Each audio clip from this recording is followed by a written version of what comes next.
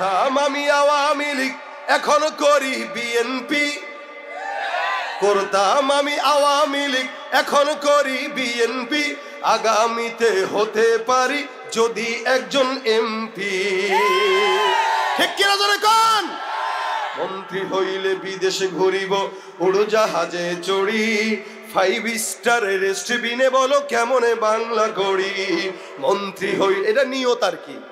কারণ কিছু মুনাফিক আছে যারা ওই দল থাকে ওই দলের সভাপতি হয়, আবার পরের দল আসলে পরের দলের সেক্রেটারি হয়। এদের হালত হইল মুযাবযাবিনা বাইনা যালিক, লা ইলাহা উলা ওয়া লা ইলাহা উলা। দুই নৌকায় পাড়া দেওয়া অবশেষে পা ফাঁকা করে মারা যায়। ঠিক কিনা জোরে কর? মন্ত্রী হইলে বিদেশে ঘুরিব, উড়োজাহাজে চড়ি, 5 স্টার রেস্টুরেন্টে বলো কেমনে বাংলা গড়ি। বাংলাদেশের মূর্খ জনতা বুঝিতে চায় না কিছু, দল বদলাই যাহাদের লাগি তাহারাই লাগে পিছু। বাংলাদেশের মূর্খ জনতা বুঝিতে চায় না কিছু, দল বদলাই যাহাদের লাগি তাহারাই লাগে পিছু। পাবি যে তোরা স্বাধীনতার ফল, লুঙ্গিটা ছেড়ে লেংটি। আগামীতে মনে রাখবেন, এদের হাতে যদি আবার ক্ষমতা দেন, লেংটি ছাড়া কিচ্ছু কপালে জুটবে না। আমি আবারও বলছি, আগেও বলেছি, ভাইরা আমার, এই দেশের 53-54 বছর স্বাধীনতার, যদিও তারা বলতো এই 53-54 বছরে ক্ষমতার পালাবদল হয়েছে, শান্তি আসে নাই। এক সরকার গিয়েছে আর এক সরকার এসেছে, দুর্নীতিতে বারবার চ্যাম্পিয়ন হয়েছে। সুতরাং মনে রাখবেন, ইসলাম ছাড়া, কোরআন ছাড়া, খেলাফত ছাড়া, শরিয়ত ছাড়া, হুকুমত ছাড়া বাংলার জমিনে কোনোদিন শান্তি আশা করা যায় না। এজন্য ভাইরা আমার, যতদিন থাকবো ইসলামের পক্ষে, দ্বীনের পক্ষে রাজি আছি ইনশাআল্লাহ। কারা কারা রাজি আছি দু হাত তুলে দেখায় দেন। নারায়ে তাকবীর। আল্লাহ কবুল করুক, বলেন আমিন। এজন্য হার হালতে, প্রত্যেকটা ক্ষেত্রে আমরা আমাদের হৃদয়ের ভিতরে শুধুমাত্র আমাদের মালিক আল্লাহ পাক রব্বুল আলামিনের ভয় ঢুকাবো ইনশাআল্লাহ। এ সবক আল্লাহ পাক আমাদেরকে দিয়েছেন। এই কারণে আল্লাহ পাক কোরআনে জায়গায় জায়গায় জায়গায় জায়গায় একই কথা বারবার পুনরাবৃত্তি করেছেন। কেন? একই কথা বারবার যখন বলা হয় তখন বান্দা বুঝে যে এটা গুরুত্বপূর্ণ। তা আল্লাহ পাক গুরুত্ব বুঝাতে যে এক এক কথা বারবার বান্দাকে স্পষ্ট করেছেন। যেমন আল্লাহ পাক বলেন, ইয়া আইয়ুহাল্লাযীনা আমানুত্তাকুল্লাহ, যারা ঈমানদার, আল্লাহ পাক এদেরকে বলছেন তোমরা তাকওয়া অর্জন করো। তাকওয়া সোজা ভাষায় এটা আল্লাহ পাকের ভয়, পরহেজগারি, তাকে বলা হয় তাকওয়া। তাকওয়া বলা হয় আল্লাহ পাকের যত হুকুম আছে সেটার উপরে চলা, যেগুলো নিষেধ আছে ওগুলো থেকে বেঁচে থাকা, এটা তাকওয়া। হযরত ওমর ফারুক রাদিয়াল্লাহু তাআলা আনহু বলেন, তাকওয়া এটা এমন একটা জিনিস, কাঁটাযুক্ত পথে তোমরা যখন কেউ হাঁটবে, ওই কাঁটাযুক্ত পথে যখন হাঁটবা কিভাবে হাঁটো? পাকে কাঁটা থেকে বাঁচায় বাঁচায় হাঁটি। হযরত ওমর বলেন, এটার নামই তাকওয়া। সারা জিন্দেগিতে এই পর্যন্ত, হায়াত থেকে মওত পর্যন্ত, জীবনে যতদিন চলবো, সামনে মাঝখান দিয়া গুনাহের কাঁটা থাকবে, শিরিকের কাঁটা থাকবে, জেনার কাঁটা থাকবে। হযরত ওমর বলেন, কোন বান্দা যদি তার জিন্দেগিকে এই গুনাহের কাঁটা থেকে বেছে বেছে চালাতে পারে, ওটাকেই বলা হয় মুত্তাকি। জোরে বলেন সুবহানাল্লাহ। এই জন্য আল্লাহ পাক রব্বুল আলামিন মুত্তাকি হবার সবক প্রত্যেকটা ঈমানদারকে দিয়েছেন। কোরআনে আল্লাহ পাক বলেন, ওয়ামান ইয়াত্তাকিল্লাহা ইয়াজআল লাহু মাখরাজা, ওয়ামান ইয়াত্তাকিল্লাহা ইয়াজআল লাহু মাখরাজা। আমার আল্লাহ পাক বলেন, কোন বান্দা যখন আল্লাহকে ভয় করে, তাকওয়া অর্জন করে, আমার আল্লাহ পাক রব্বুল আলামিন তাকওয়া অর্জন করার কারণে ওই বান্দার সামনে যত বন্ধ দুয়ার, সব বন্ধ দুয়ারগুলোকে আল্লাহ পাক রব্বুল আলামিন সুন্দর করে খুলে দিয়ে দেন। ইমানদারেরা ভাইরা আমার, খুব বুঝবেন, এখানে আমরা যারা বসবাস করতেছি, আমরা যারা আছি, প্রত্যেকটা মানুষের সামনে বিপদ, প্রত্যেকটা মানুষ পেরেশানির মধ্যে থাকে, প্রত্যেকটা মানুষ বিপদগ্রস্ত, প্রত্যেকটা মানুষের দুঃখ আছে, কষ্ট আছে। আমার আল্লাহ পাক রব্বুল আলামিন বলেন, কোন ঈমানদার বান্দা যদি বিপদের মধ্যে আল্লাহকে বন্ধু বানায়, কোন ঈমানদার বান্দা যদি অন্তরের মধ্যে আল্লাহর ভয় রাখে, তাকওয়া অর্জন করে, এই মুত্তাকীদেরকে আমি আল্লাহ সকল প্রকার বিপদ আপদ বালা মুসিবত থেকে হেফাজত করে বান্দাকে সফলতার দ্বার প্রান্তে নিয়ে যাব।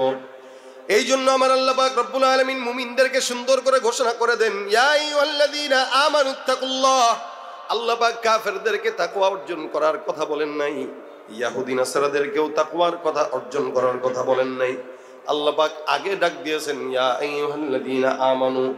আল্লাহ পাক আপনার মতো আমার মতো নালায়েক না খানদানা চিজ বান্দাদেরকে এমন একটা মহব্বতের শব্দ দিয়ে ডেকেছেন, ওই শব্দটা কি বলে? মুমিন শব্দ। আল্লাহ পাক চাইলে এখানে অন্যান্য ইহুদি নাসারা খ্রিস্টান যারা আছে, যারা অন্য পয়গম্বরের উম্মত, তাদেরকে যেভাবে ডেকেছেন সেভাবে আমাকে ডাকতে পারতেন। আল্লাহ পাক রব্বুল আলামিন পূর্ববর্তী কিতাবগুলোতে অন্যান্য নবীদের উম্মতদেরকে বলেছেন ইয়া আইয়ুহাল মিসকিন। কখনো কখনো ফকির, কখনো মিসকিন, কখনো ভিন্ন ভিন্ন নাম দিয়ে ডেকেছেন, নাস শব্দ ব্যবহার করে ডেকেছেন। কিন্তু আপনার মতো আমার মতো আখির জামানার পয়গম্বরের উম্মত যারা, আমার আল্লাহ পাক আপনাকে আমাকে এত এত সম্মান দান করলেন, যার কারণে আল্লাহ পাক ইনসানও বলেন নাই, নাসও বলেন নাই, আল্লাহ পাক মিসকিনও বলেন নাই।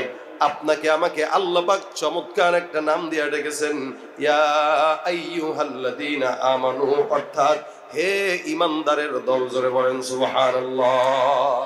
আমার আল্লাহ পাক আপনাকে আমাকে নাম দিয়েছেন কি বলেন? মুমিন। কি দিয়েছেন?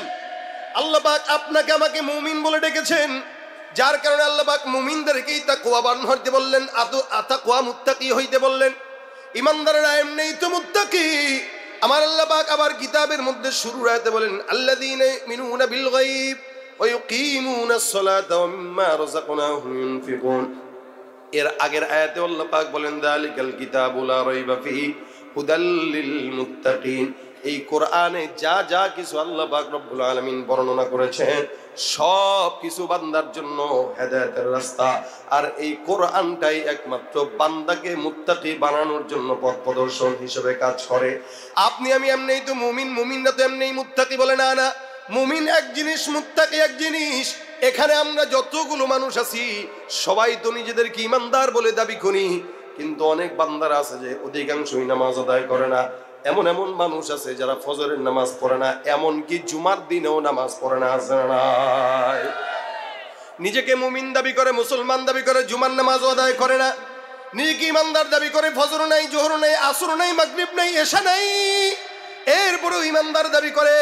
আল্লাহ পাক রব্বুল আলামিন বলেন এই ঈমানদার যতই দাবি করুক না কেন, আমি আল্লাহ ঘোষণা করলাম ওয়া মিনান নাসি মান ইয়াকুলু আমান্না বিল্লাহি ওয়া বিল ইয়াউমিল আখির ওয়া মা হুম বিমুমিনিন।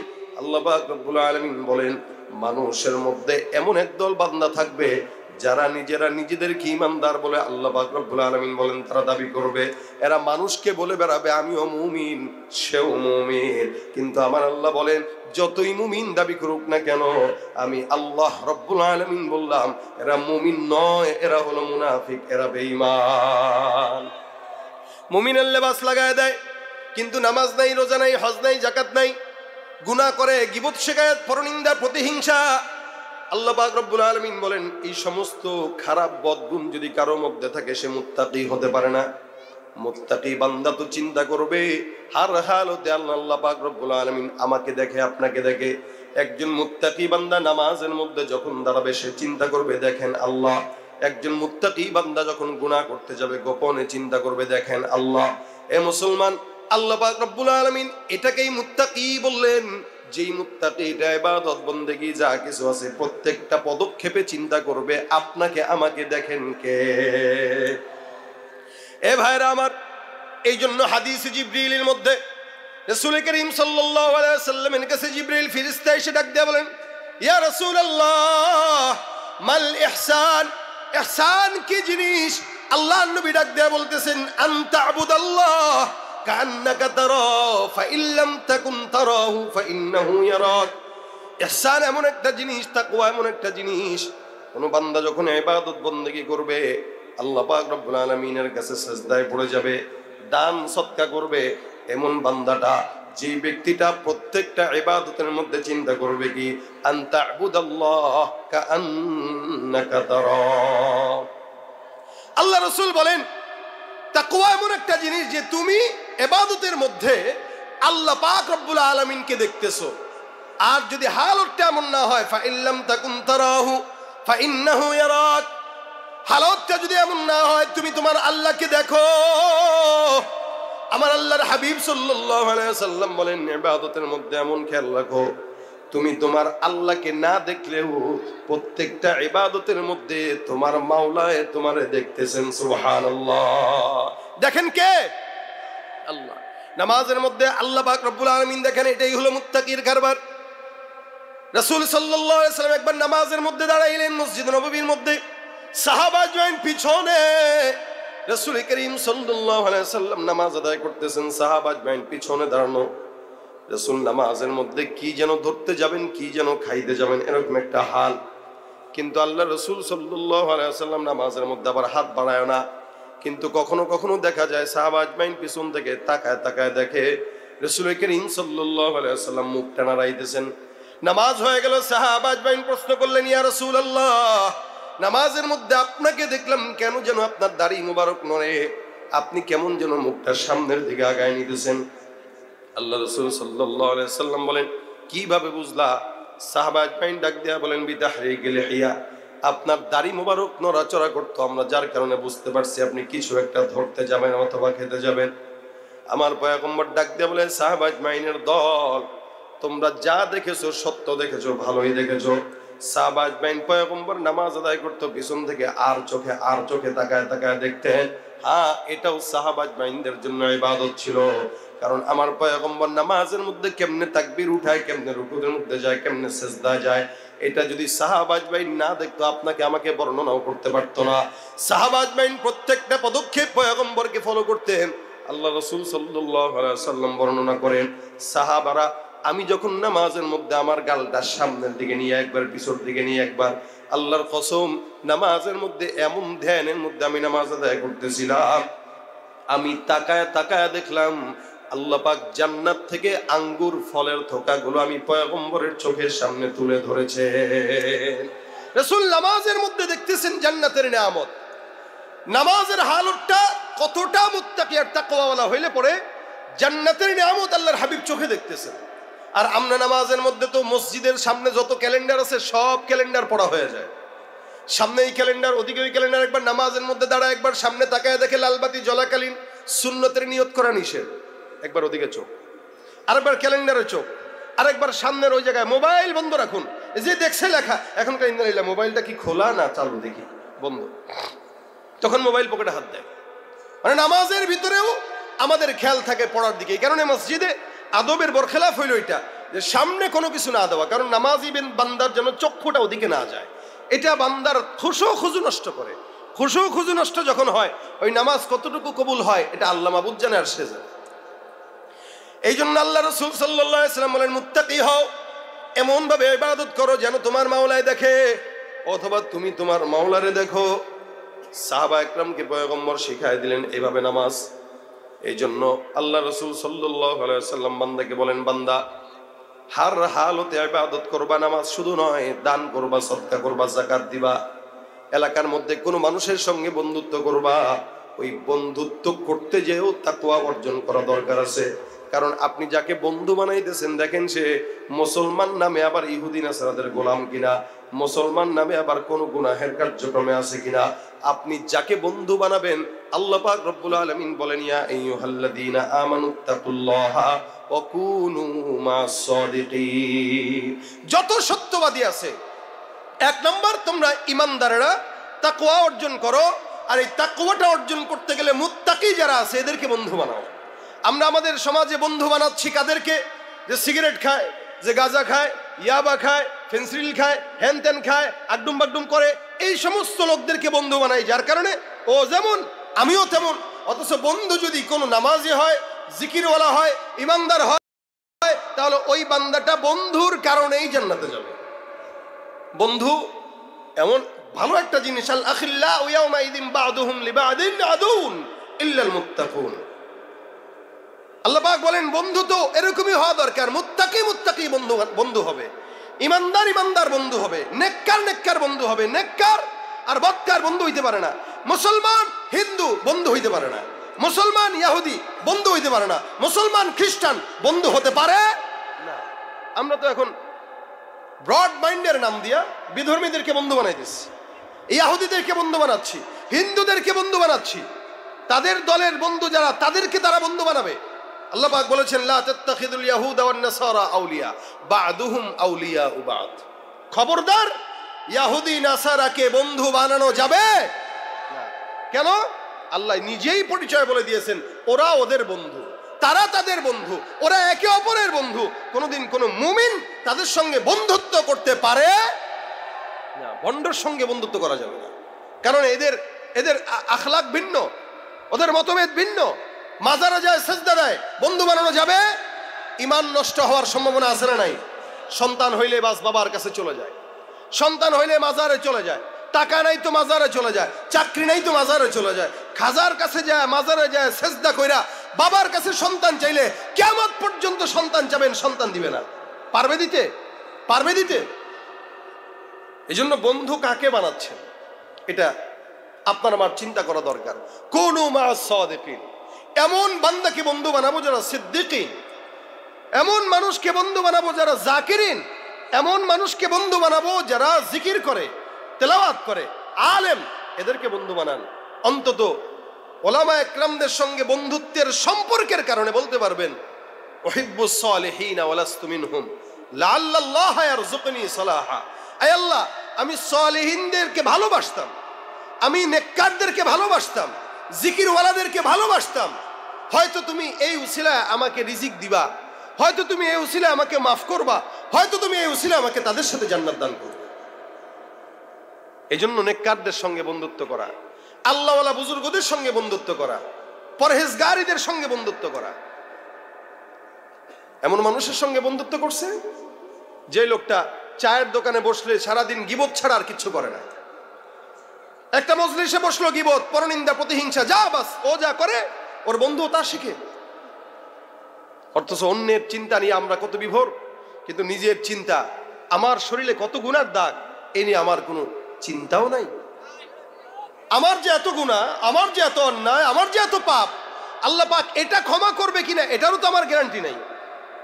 কিন্তু আমি আরেকজন মুমিন ভাইকে, তার দোষ কোন জায়গায় আছে, কি আছে না আছে, আর এখন তো ফেসবুকের জামানা, যা কিছু আছে, কোনো অন্যায় যদি কেউ কারোটা পায় তাহলে হয়েছে কাম, বাস কমেন্টে আইসা এই কথা বলার কেউ নাই যে ভাই আল্লাহর হস্তে কেউ কারো গীবত করেন না, শেকায়েত করেন না, প্রতিহিংসা করেন না, এটা বলার কেউ নাই।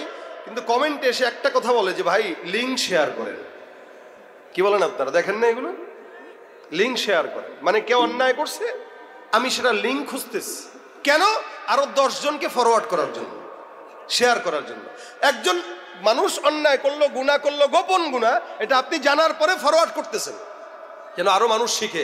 জানেন, এই সমাজের মিডিয়াগুলো যদি না থাকতো, আর আমাদের দেশে যেগুলো নাচে, ডিগবাজি দেয়, নায়ক নায়িকারা কুদে, এই সমস্ত নায়ক নায়িকাদের যত কিছু আছে এগুলো যদি আমাদের দেশের সংবাদ মাধ্যম প্রচার না করতো, এই দেশে এত নোংরামি ছড়াইতো না।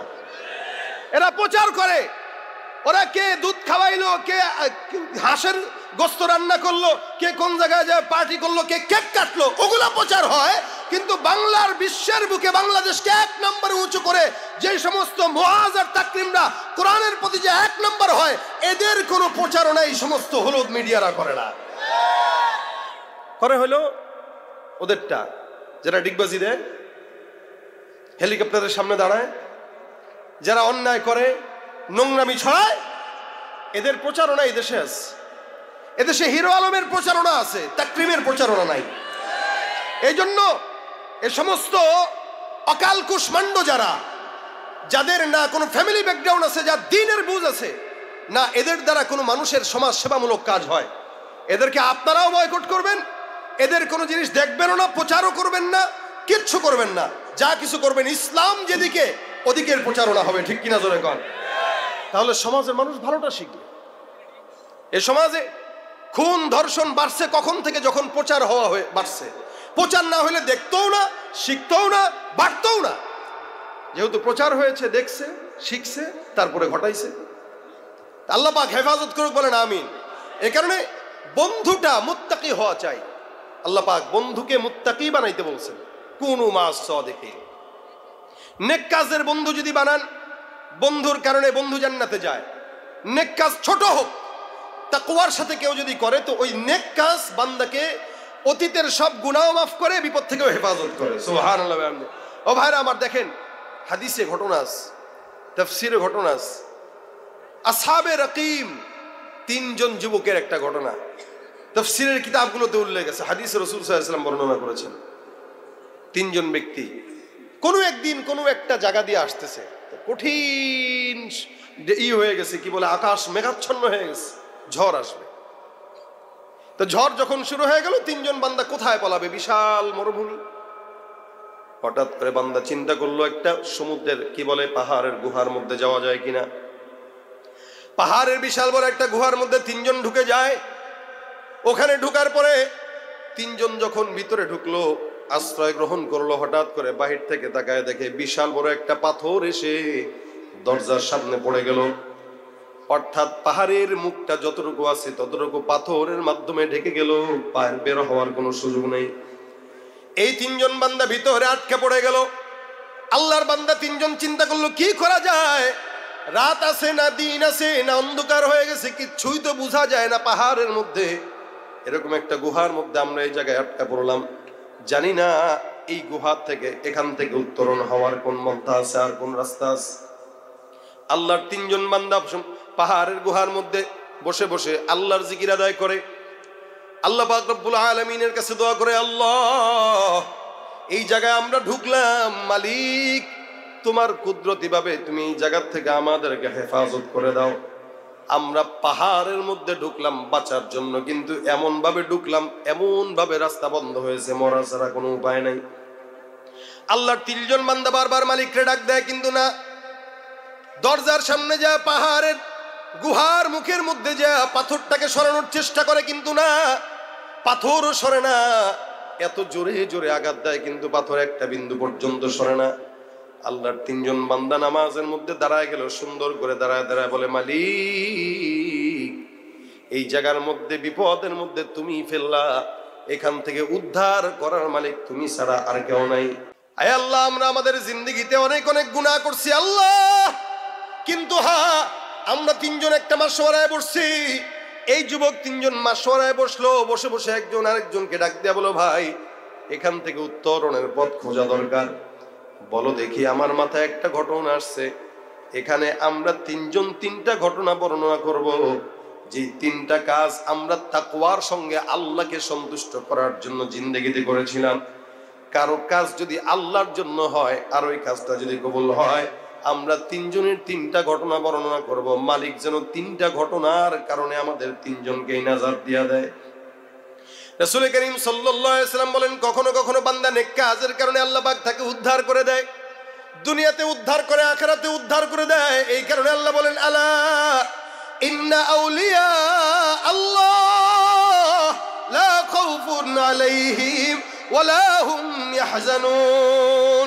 বলেন তো, সারা জমিনের মধ্যে, আসমানের নিচে, জমিনের উপরে আল্লাহ ছাড়া অন্য কোন বন্ধু আছে? সবচাইতে বড় বন্ধু কে?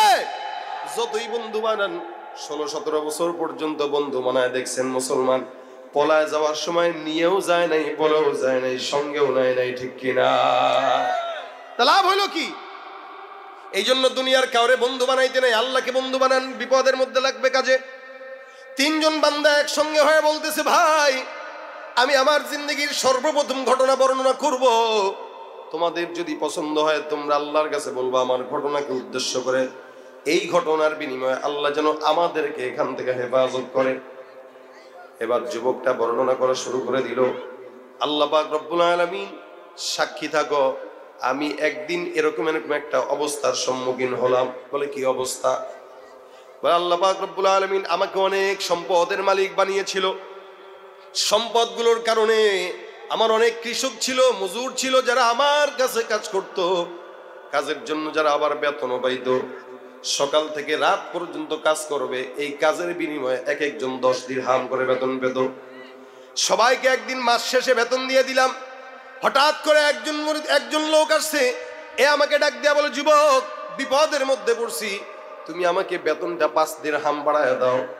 আমি তাকে 5 দিরহাম বাড়ায় দেই নাই বলে রাগ করে সে 10 দিরহাম বেতন না নিয়ে আবার চলে গেল। বেতন 10 দিরহাম, কথা ছিল 10 দিরহাম দেব, 10টাই দিছি, কিন্তু সে নেয় না, বেশি দেওয়া লাগবে দাবি করে।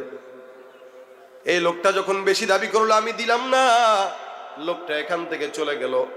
আমি চিন্তা করলাম লোকটা যেহেতু আমার কাছে 10 দিরহাম পাওনা আছে, 10 দিরহাম নিজে খরচ করার দরকার নাই, এই 10 দিরহামটা সুন্দর করে কাজে লাগায় দেই। ওই 10টা দিরহাম নিয়ে আমি সুন্দর করে রেখে দিলাম, তার নামে রেখে দিলাম, আর বললাম মালিক ওই 10 দিরহামটা তোমার জন্য আমি রেখে দিলাম। এই বান্দাটা যদি কোনোদিন এখান থেকে আসে, আমি ওই বান্দাকে আবার 10 দিরহামটা দান করে দিব। না না, চাইলে খরচ করতে পারতাম, কিন্তু করি নাই। একদিন, 2 দিন, 3 দিন, কিছুদিন আগে ওই লোকটা আমার দরবারে হাজির হয়ে গেল। আমি চিনতে পারলাম না, লোকটার দাড়ি পাকা, চুল পাকা। আমাকে ডাক দেয়া বলতেছে, যুবক ভাই, তোমার কি মনে পড়ে আমি তোমার কাছে চাকরি করতাম, 10 দিরহাম বেতন পাইতাম, কিন্তু তুমি 10 দিরহাম বেতন দাও নাই। আমি তোমার কাছে বেতন নেওয়ার জন্য আসলাম, দয়া করে আমার বেতনটা ফেরত দাও। বলেন তো, আমাদের দুনিয়ার কোনো মানুষ যদি হতো 14 বছর পরে কেউ যদি বেতন নিতে আসতো, বেতন কি দিত না? এরকম ভালো মানুষ বর্তমান সময়ে নাই বললেই চলে। আল্লাহর বান্দা ডাক দিয়া বলে, তুমি বেতন নেওয়ার জন্য আসছো, বেতন তো আমার কাছে নাই, কিন্তু হ্যাঁ, ওই যে পাহাড়ের চূড়ায় তাকায় দেখো, ওখানে যতগুলো ছাগলের পাল দেখা যায়, এই সমস্ত ছাগলের পালগুলো আমি তোমার জন্য তোমার নামে লিখে দিয়ে দিলাম। পাবে 10 দিরহাম, বিশাল বড় ছাগলের পাল লিখে দিয়ে দিল। মুরব্বী লোকটা ডাক দিয়া বলে, তুমি কি আমার সঙ্গে মজা করে? বলে না। তাহলে আমি পাইলাম 10 দিরহাম, তুমি এতগুলো ছাগলের পাল কেন দাও? যুবক ডাক দিয়া বলতেছে, বৃদ্ধ, তুমি যেদিন আমার থেকে 10 দিরহাম না নিয়ে চলে গেছো, আমি চিন্তা করলাম মালিক, নাজাতের জন্য তোমার ভয় অন্তরের মধ্যে রেখে এই টাকাটা আমি খরচ করলাম না। এই 10টা দিরহাম দিয়ে আমি কিছু ছাগল খরিদ করলাম, করার পরে এই ছাগলগুলো পাললাম, ওখান থেকে বাচ্চা হলো, সেখানে আবার পাললাম, সেখান থেকেও বাচ্চা হলো। আমি চাইলে আজকে তোমাকে 10 দিরহাম দিয়ে বিদায় করতে পারতাম, পাওনা দিয়ে দিতাম, কিন্তু না না, সেদিনের টাকা দিয়ে আমি ছাগল কিনে রাখলাম। তার মানে এই ছাগলের মূলধন যেহেতু তোমার বেতন, আল্লাহর কসম, আল্লাহকে সন্তুষ্ট করার জন্য নাজাতের উসিলায় এই সমস্ত ছাগলের পালগুলো তোমার জন্য তোমার নামে লিখে দিলাম। যুবকটা এই কথা বললো, মুরব্বীটা শুনে শুনে ডাক দেয়া বলো, যুবক, আমার বৃদ্ধ বয়সে যেই লোকটা আমার সমস্ত বিপদ থেকে আসান করলো, হে মালিক আল্লাহ, এই বান্দাটাকেও বিপদের মুহূর্তে তুমি বান্দাকে হেফাজত করে দিও। আল্লাহ পাক রব্বুল আলামিনের কাছে ঘটনা বর্ণনা করে এবার যুবকটা ওসিলা তালাশ করে বলে, মালিক, যেই লোকটা আমার জন্য দোয়া করছে, আর যেই ঘটনাটা আমি তাকওয়া অর্জন করার জন্য তোমার ভয় নিয়ে এই কাজটা করেছিলাম, আল্লাহ তুমি যদি আমার এই ঘটনাকে পছন্দ করে থাকো আর কবুল মঞ্জুর করে থাকো, এই ঘটনার বিনিময়ে আল্লাহ তুমি আমাদেরকে এই গুহা থেকে নাজাত দেওয়ার ব্যবস্থা করে দাও। ঘটনা বর্ণনা করছে, আল্লাহ পাক রব্বুল আলামিনের কাছে বলছে, আল্লাহ এটার উসিলা এটা দাও। তা আল্লাহ পাক রব্বুল আলামিন সাথে সাথে দোয়া কবুল করছেন। যুবক 3 জন তাকায় দেখে, পাহাড়ের মুখ থেকে পাথরটা কিঞ্চিত পরিমাণে আল্লাহ পাকের কুদরতে ফাঁকা হয়ে গেছে। সুবহানাল্লাহ, আস্তে কইলেন সুবহানাল্লাহ। দেখেন, একটা নেক কাজের ঘটনা। এজন্য যে কোনো কাজ অল্প হোক, আখলিস দীনাক ইয়াকফিকাল আমালুল কলিল, কাজ ছোট হোক, নিয়ত যদি সহি হয়, অল্প আমলই নাজাতের জন্য কি হয়, যথেষ্ট। এবার দ্বিতীয় জন যুবক ডাক দিয়া বলতেছে, ও ভাই, আমিও তো এমন একজন যুবক, যেই যুবকটা যৌবনকালে শয়তানের ওয়াসওয়াসায় পড়ে এত টাকা পয়সার মালিক ছিলাম, যার কারণে শয়তান বারবার ধোঁকা দিত, আল্লাহকে ভুলে গিয়েছিলাম। একদম নিজের আমোদ প্রমোদে প্রত্যেক ঘন্টা ব্যস্ত ছিলাম। হঠাৎ করে আমার পার্শ্ববর্তী এলাকার একজন বোন আমার কাছে একদিন এসে ডাক দেয়া বলো, যুবক ভাই, আমার অনেক এত পরিমাণে অভাবগ্রস্ত হয়ে গেছি, দয়া করে আল্লাহর রাস্তায় আমাকে 100 দিরহাম ধার দিবানি। এমন সুন্দর একটা রমণী যখন আমার সামনে আসলো, আমি চিন্তা করলাম শয়তান তো আসছে কাছেই, শয়তান চলে আসছে, এটাকে খালি ধরাটা বাকি। যুবতীটাকে আমি অফার দিয়া বললাম, ঠিক আছে, 100 দিরহাম তোমাকে দিব, 100 নয় 1000 দিরহাম দেব, তবে শর্ত হইল একটা রাত আমার সঙ্গে তুমি কাটাবা, কারণ তোমাকে আমি দিল থেকে মহাব্বত করি, একটা রাতের জন্য যাই। আমার যেহেতু সম্পদ ছিল, আমার সম্পদের অভাব নাই, যার কারণে এক এক দিন এক একটা নারী নিয়ে আমি ঘুরি। এই মেয়েটা যখন আমার কাছে আসছে, মেয়েটাকে আমি অফার দিলাম, মেয়েটাও রাজি হয়ে গেল। আমি চিন্তা করলাম, হ্যাঁ হ্যাঁ, এতদিন পর মনে হয় আমার মনের বাসনা পূরণ হবে।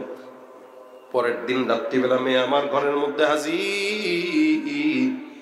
যখন মেয়েটা আসলো, মেয়েটাকে আমি ঘরের মধ্যে নিলাম, দরজা বন্ধ করলাম, জানালাও বন্ধ হয়ে গেল।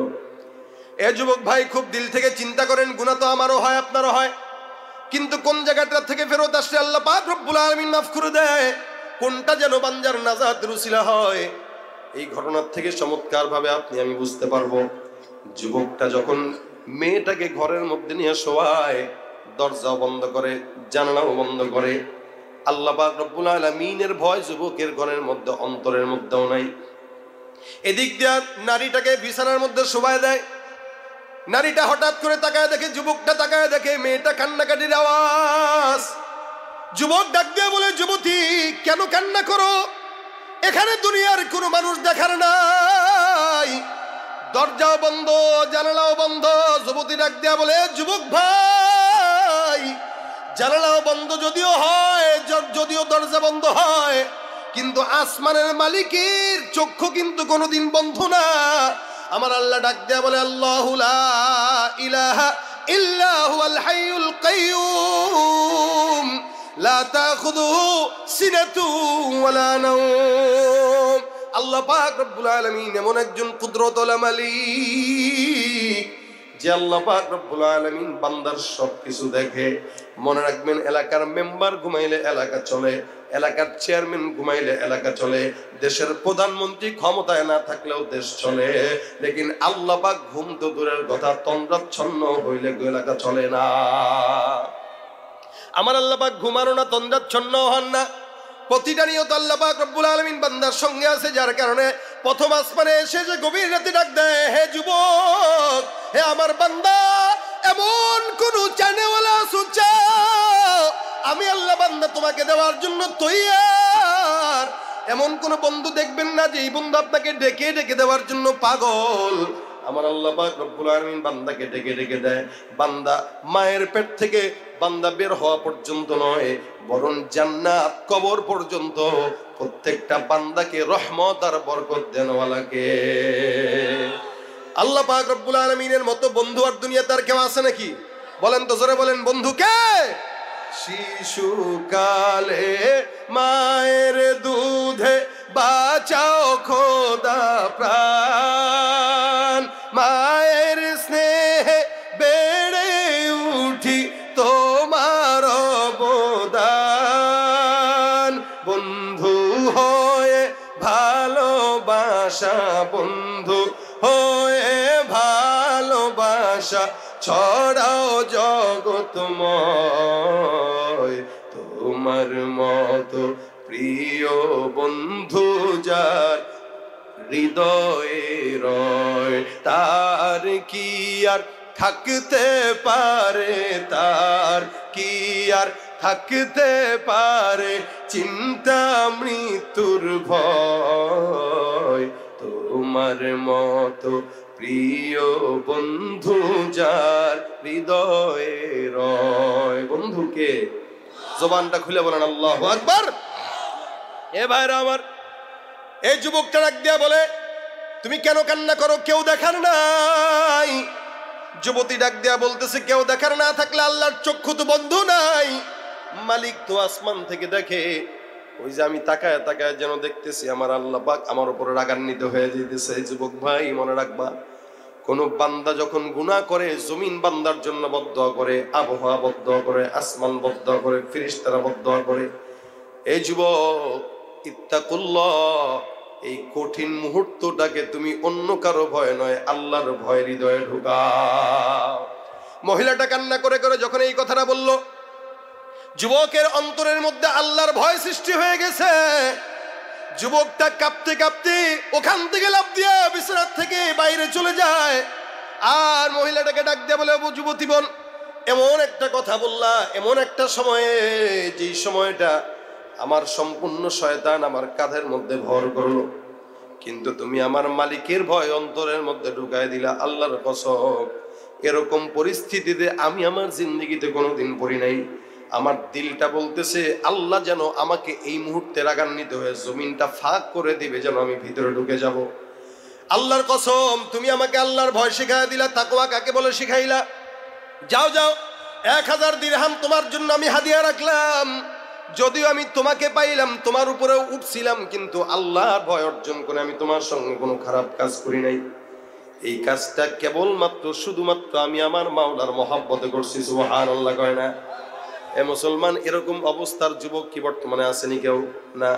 আল্লাহ পাক রব্বুল আলামিনের বান্দা কতটা আল্লাহকে ভয় করলো, তাকওয়া অর্জন করলো। একটা পুরুষ নারীর দেহের উপরে উঠে যেও আবার ওখান থেকে ফেরত এসে বলতেছে, আমি আমার মাওলাকে ভয় রেখে আমি অন্তরের মধ্যে এই ভয়টা রাখার পরে আমি আর করলাম না। যুবতী আল্লাহর কাছে ডাক দেয়া বলে, মালিক, যেই বান্দা তোমার ভয়ে গুনাহ থেকে নিজেরে বাঁচাইছে, আল্লাহ তুমি ওই বান্দাকে গুনাহ থেকে এবং সকল বিপদ থেকে বান্দারে বাঁচায় দিও। এবার যুবক দুইজনকে ডাক দেয়া বলতেছে, যুবক ভাই, আমার এই ঘটনা যদি আল্লাহ পাক রব্বুল আলামিন কবুল করে আর আমি আল্লাহর জন্য যদি করে থাকি, মালিক যেন এই বিপদ থেকে আমাদেরকে উদ্ধার করে নেয়। যুবক এই কথা বলতে দেরি হয়, আল্লাহ পাক পাথরের জবান, পাথরটাকে গুহার মুখ থেকে আরেকটু পরিমাণে সুন্দর করে সরায় দেয়। এমন ভাবে সরলো, ভিতরে রৌদ্র ঢুকতেছে, আলো আসতেছে, কিন্তু একজন যে বের হবে এরকম সুযোগ নাই, কারণ একজন তো বাকি আছে। দুইজনের তাকওয়ার পরীক্ষা চলেছে, আরেকজন বাকি। এবার দুইজন ডাক দেয়া বলো, যুবক ভাই, তুমি যেটা বলবা বেছে বেছে বলবা। জীবনে যত নেকের কাজ করলা, সব নেকের কাজের মধ্য থেকে সবচেয়ে ভালো নেকের কাজ কোনটা, যেটা ওইটাই বলবা। খবরদার, তোমার উপরে নির্ভর করবে এই অবস্থা, আমাদের বাঁচার অবস্থা। যুবক এবার বলা শুরু করে দিল, এ যুবক, আমি এমন একজন যুবক, যেই যুবকের একটা আল্লাহর জন্য তাকওয়া অর্জন করার কাজ আছে। বলে, কি কাজ? আমি সকাল সন্ধ্যা মায়ের খেদমত করতাম, কারণ আমার বাবা ছিল না। প্রতিদিন সকালবেলা বের হয়ে যেতাম ছাগল নিয়ে চড়ানোর জন্য, রাত্রিবেলা আসতাম, মাকে দুধ খাওয়াইতাম, ঘুম পাড়ায় দিতাম। আমার অর্জনটাকে আমি 3 ভাগে ভাগ করতাম, নিজের জন্য, পরিবারের জন্য। নিজের পরিবারের জন্য, মায়ের জন্য 1 ভাগ, আর পাড়া প্রতিবেশীর জন্য 1 ভাগ। এইভাবে আমি আমার সম্পদটাকে 3 ভাগে ভাগ করতাম। প্রতিদিন রাত্রিবেলা যখন আসতাম, আমি আমার মায়ের জন্য দুধ পান করাইতাম, তারপরে ঘুম পাড়ায় দিতাম। একদিন হঠাৎ করে ছাগল চুরি হওয়ার কারণে আমি ঘরের মধ্যে ফিরতে দেরি হয়ে গেল। ঘরে ফিরে দেখি আমার মা বিছানার মধ্যে ঘুমন্ত অবস্থায় আছে। সেদিন আমি আমার মাকে দুধ খাওয়াইতে পারি নাই, না খেয়ে আমার মা ঘুমায় যায়। আমি আমার মায়ের শীতানের সামনে দাঁড়াইয়া 1 গ্লাস দুধ দোহাইয়া আমার মায়ের শীতানের সামনে দাঁড়াই। আমি চিন্তা করি, আমার মাকে ডাকবো নাকি ডাকবো না। আমি আমার মাকে যদি ডাক দেই, মায়ের যদি ঘুম ভেঙে কষ্ট হয়, আবার আমি সরিও না। যদি মা খিদার যন্ত্রণা